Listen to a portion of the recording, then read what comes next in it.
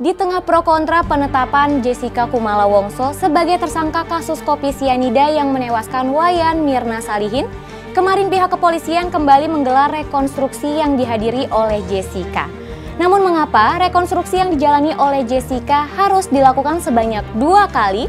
Ada apa dengan Jessica yang juga sempat terlihat tersenyum simpul di tengah proses rekonstruksi yang ditonton oleh banyak orang? Kita simak liputannya hanya di Was-Was berikut ini.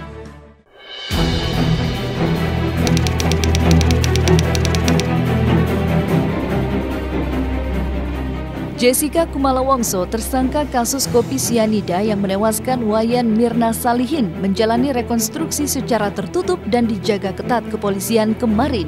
Diawali dengan rekonstruksi yang digelar di kafe tempat Jessica, Mirna, dan Hani minum kopi Vietnam.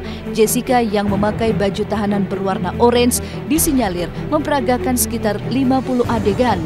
Tampak diantaranya Hani, salah satu sahabat Mirna yang lain, juga hadir dan sempat terlihat berpelukan dengan Jessica. Sementara itu, dalam sebuah foto yang beredar di dunia maya, Jessica sempat terlihat tersenyum simpul di tengah proses rekonstruksi yang dijalaninya. Tak jelas apa yang membuatnya tersenyum, namun sangat terlihat senyum Jessica begitu lepas meski di hadapan para penyidik yang sedang mendampinginya. Proses rekonstruksi berlangsung lama, dari siang sampai malam, lantaran harus diulang dalam 2 versi. Menurut Krisna Murti, kepala tim penyidik yang ikut mendampingi secara langsung, pengulangan reka adegan tersebut disebabkan karena Jessica sendiri memiliki versi yang berbeda dari BAP yang telah dibuat oleh tim penyidik.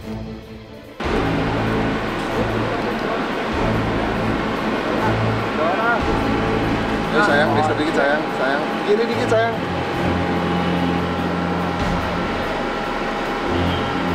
Yang bersangkutan kan punya ini, ya silakan nanti kami akan tunjukkan di sidang pengadilan apa ketidaksesuaiannya. Dua-duanya dibawa nggak masalah. Di rekonstruksinya itu 1, ya, tapi 2 adegan yang berbeda.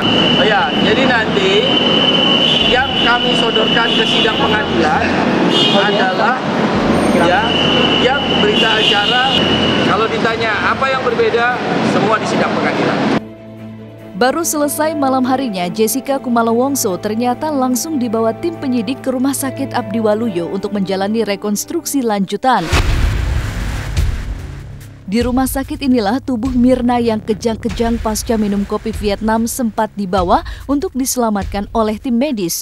Namun sayangnya, racun sianida yang telah masuk ke tubuhnya lebih cepat membuat Mirna kehilangan nyawa untuk selama-lamanya hanya dalam hitungan menit. Lama, kopinya lama ya?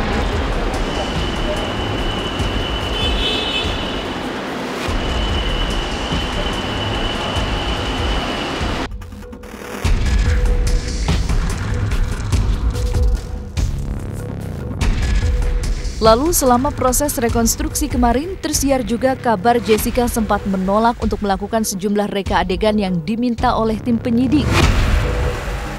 Apa yang membuat Jessica menolak untuk melakukan adegan tersebut? Benarkah karena tim penyidik meminta Jessica untuk memperagakan adegan sesuai dengan yang ada di bukti rekaman CCTV? Ke-1 itu sudah direkonstruksi semua. BAP sesuai BAP Jessica. Tetapi yang kedua itu adalah katanya penyidik menurut CCTV. Nah CCTV kita nggak lihat, suruh ikuti gitu kan nggak benar. Berarti kan dipaksa suruh ngaku kan. Yang bersangkutan menolak dan penolakan tersebut tidak masalah. Kami buatkan berita acara penolakan dengan ditandatangani oleh yang bersangkutan, termasuk pengacara 2 orang tanda tangani. Saya tolak itu CCTV itu karena kita tidak ditunjukkan, tapi kita disuruh melakukan. Di saat Jessica akhirnya menjalani rekonstruksi, ayah Mirna terus berjuang mengungkap kasus kematian putri tercinta. Lalu benarkah ayahanda Mirna telah menemukan bukti baru demi membantu kepolisian mengungkapkan kasus kematian putrinya? Buktinya udah banyak sebetulnya, yaitu seperti Hani mengatakan bahwa dia hanya netek itu makanya tidak mati. Seperti Yudi itu kan nanyain mulu itu tuh terus tekenin. Nah saya udah beresin itu ya. Saya jelaskan ke si Hani, kamu ngomong yang jujur. kalau enggak kamu kena, berarti kamu bersekongkol dengan pembunuh kan gitu. Coba jawab yang betul, karena kamu ternyata ini loh, di dokter juga menyatakan seperti ini.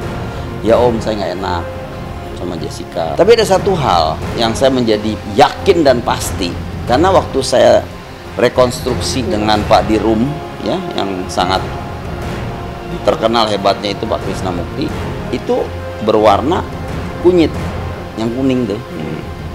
Itu mengandung cyanida. Jadi waktu datang warna hitam, di tangan dia dalam waktu 50 menitan itu sudah jadi kuning.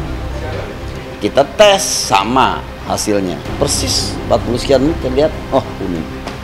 Iya, kalau motifnya penasaran kayak kenapa sih sampai sejauh itu, sampai berniat untuk membunuh, itu kan wow banget ya. Maksudnya mungkin kalau dia benci, menyakiti dengan memfitnah atau apa masih masuk akal, atau dia misalkan mau bikin perutnya sakit aja biar masuk rumah sakit sebentar mules-mules masih bisa dimasuk akal lah. Tapi kalau sampai menghilangkan nyawa orang kan itu satu langkah yang besar sekali, dan itu tidak hanya merugikan yang dibunuh atau yang ditinggalkan, tapi kan merugikan hidup dia.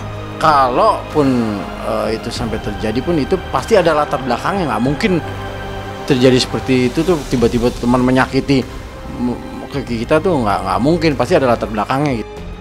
Jessica Kumala Wongso yang menjadi tersangka kasus kematian Mirna kini harus mendekam di dalam tahanan. Padahal hari ini adalah Hari Raya Imlek atau Tahun Baru China yang menjadi hari besar bagi Jessica dan keluarga. Tapi benarkah menjelang Imlek kediaman Jessica sendiri di Sunter, Jakarta Utara sepi tanpa penghuni? Benarkah semua anggota keluarga Jessica telah mengungsi?